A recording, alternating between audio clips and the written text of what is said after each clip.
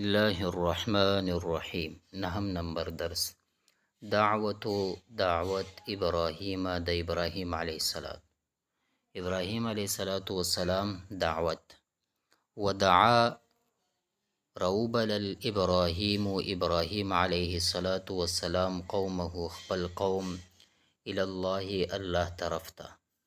ومنعهم اغوی منع کړل من عبادت الاصنام د عبادت د بوتانو چې عبادت د بوتانو مکوي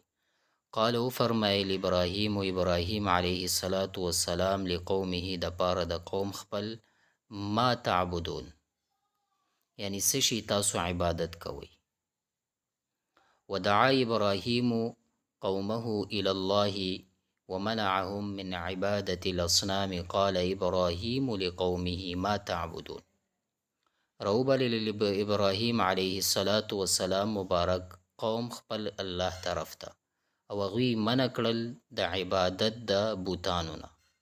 ابراهیم علیه السلام او فرمایل د قوم خپل د پاره چې تاسو څه عبادت کوئ قالوا هغو ویل نعبد من عبادت کو اصناما د بوتانو قالوا نعبد اصناما هغوی ویل چې مونږ عبادت کو د بوتانو قال او فرمایل ابراهیم علیه السلام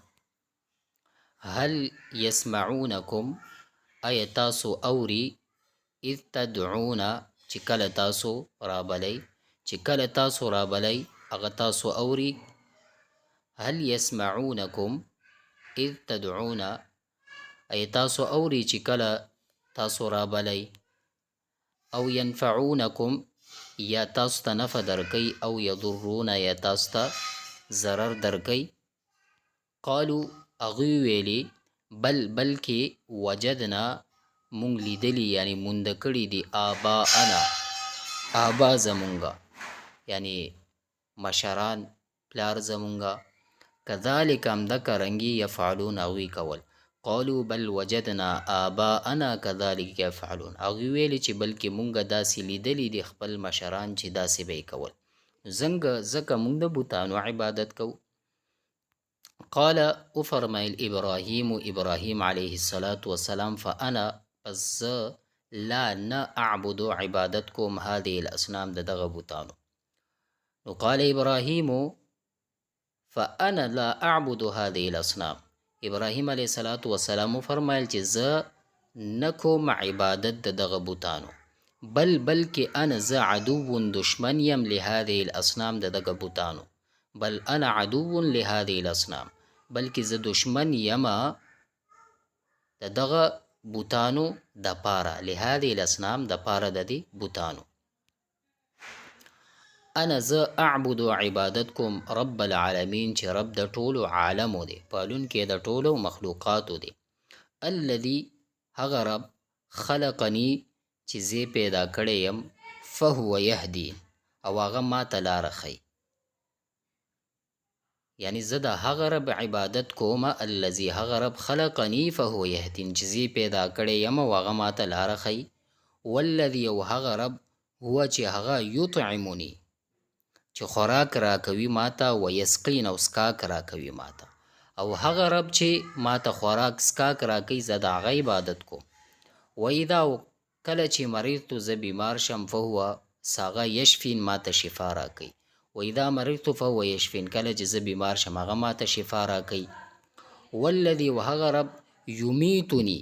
چې مړ کوي به ما ثم بیا یحیی ژوندې کوي ما زه د هغه رب عبادت کوم چې ما به مړکی بیا به مې ژوندې کوي نو والذي هغه رب یمیتنی چې مړکوي به ما ثم بیا یحیین بیا به ژوندې کوي ما وان الاصنام بشک بوتان لا تخلقو نه پیدا کوي ولا تهدی او نه رهنمایي کوي یعنی نه لاره ښیي یعنی دا بوتان چې دي نه څه پیدا کوي او نه لاره ښیي وانها او بشک دا بوتان لا تطعم احدا یعنی طعام نه ورکوي هیڅ یو کس ته ولا تسقي او نه سکاک ورکوي خوراک سکاک چاته نه ورکوي و اذا مرض او هر کله چې بیمار شي احد یو کس فهي بس هغه لا تشفي شفام نه ورکوي. چې کله څوک بیمار شي نو هغې شفام نه ورکوي. وانها او بېشکه لا تمیت احدا ولا تحیي، نه څوک مړ کوي او نه څوک ژوندی کوي.